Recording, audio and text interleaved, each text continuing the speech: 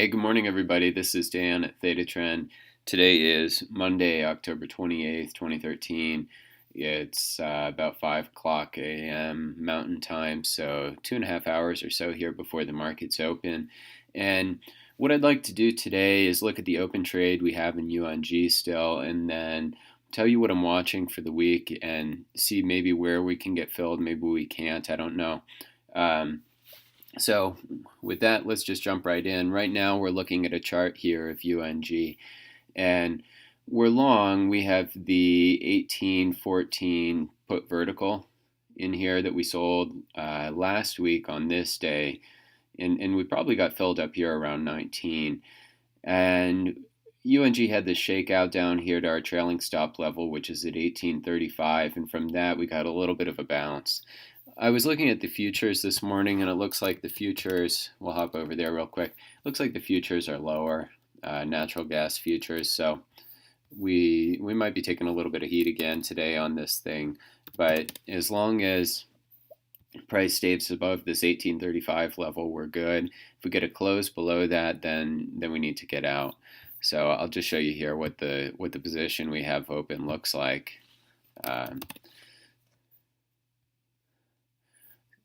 So again, this is in the December expiration. We have the 1814 put vertical, so we're short the 18 put. I don't know why this is giving me a hard time.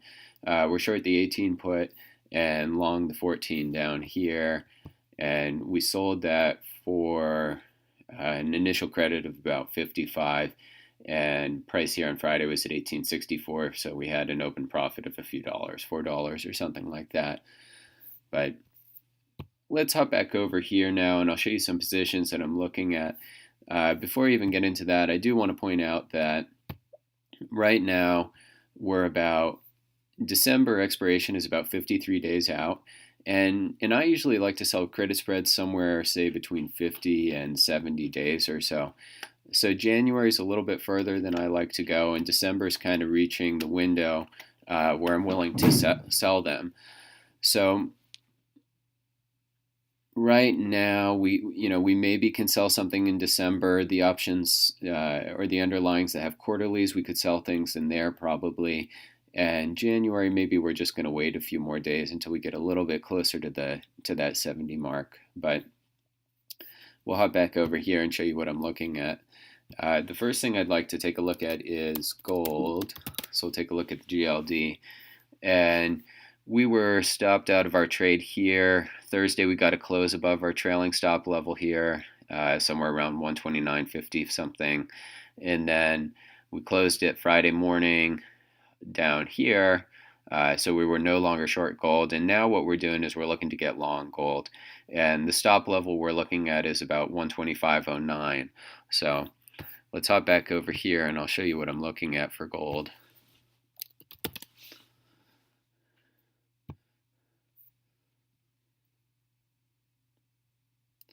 So for gold, what I'm looking at to sell, I don't know why it didn't come through, is the 120, 125. Let's see here. What I'm going to do is I have this gold trade here in my queued up orders for today. So I'm just going to go to Analyze Duplicate Trade, and it falls over here. And let me just hop back over to the chart real fast. So 125.09 is our stop level, and price closed up here at about 130.5. And if we look at the futures right now, I think the futures are fairly flat. Yeah, futures are basically flat.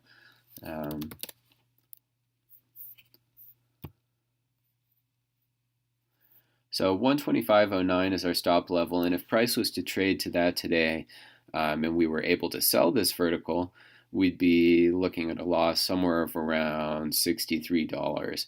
And I have this in here to sell for 105 right now. And in order to get filled on that, we're either going to need to have a change in volatility, or price is going to need to fall probably around 129 or so is what it looks like. So if we come back over, 129 is right probably where this red line is. Uh-oh. That's right. Yeah, 128.90 is what it's saying it will take us to get filled.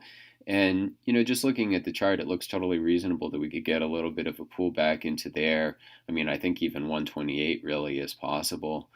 But we'll leave it the way that it is. And so I have the gold vertical out there to be sold for $1.05, and that's the 125, 120 put vertical.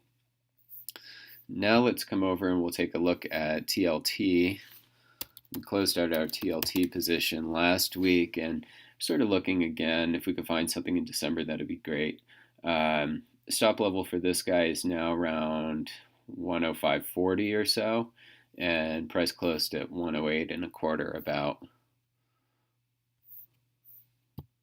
Let's come back over and see.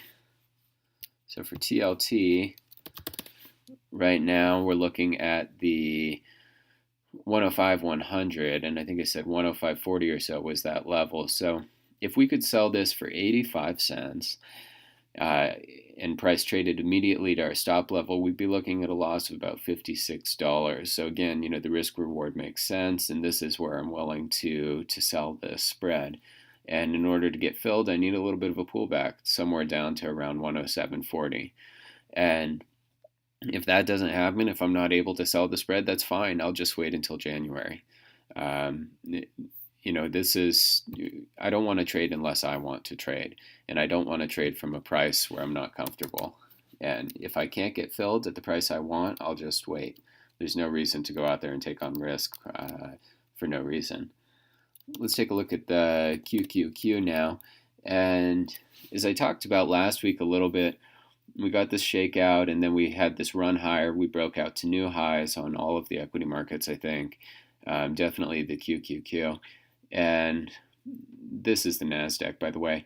And now we're sort of up here in a pattern of consolidation. It looks like to me, price might advance a little bit more, but it probably won't advance a whole bunch. What I'm kind of expecting in here is to see something similar to what we saw here. We had an advance in price, and then we had a period of consolidation. After price makes a big move, it tends to correct, and it tends to either correct through time, through a period of consolidation like this, or through price, where it breaks lower like this, it shakes out the week longs, and then it moves higher again. So what I'm looking at here is my stop level for the QQQ would be around 80.15 or so, and the vertical that I want to sell, I guess we don't need to go there. Let's see if it comes through on its own. I'm interested in selling the 80.75 put vertical in here for 75 cents if I can. And so we said 80.15 is the level. And if we're able to sell that, we would take an immediate loss of about $62 if price traded to our stop. So far, this QQQ trade sort of has the risk reward, or the worst risk reward, of the gold, the TLT. Those have a little better risk reward, but this is still a valid trade, and if we can get filled on it, we will. And it would take a pullback probably to about 82.5 to get filled on that, and 82.5 is right here. So I think it's fairly likely that this one will get filled at some point this week. I suppose we'll see. If you wanted to play it a little bit more conservatively, you could say, well, I'm going to wait till a pullback somewhere down around 81, 88, or, I don't know, 81.75. People like even numbers, or and what I would do is I'd say, okay, 81.80, that would be a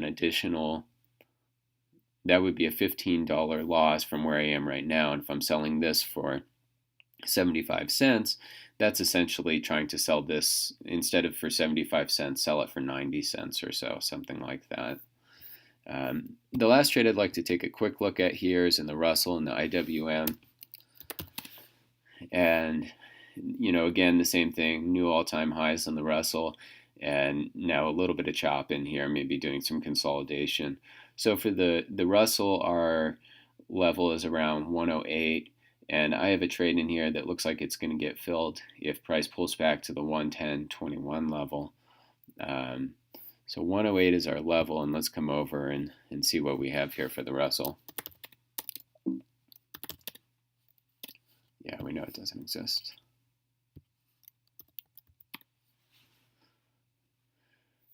So for the Russell, we're looking at the 107, 102 put spread, and that's a 90-cent credit that we're looking at here.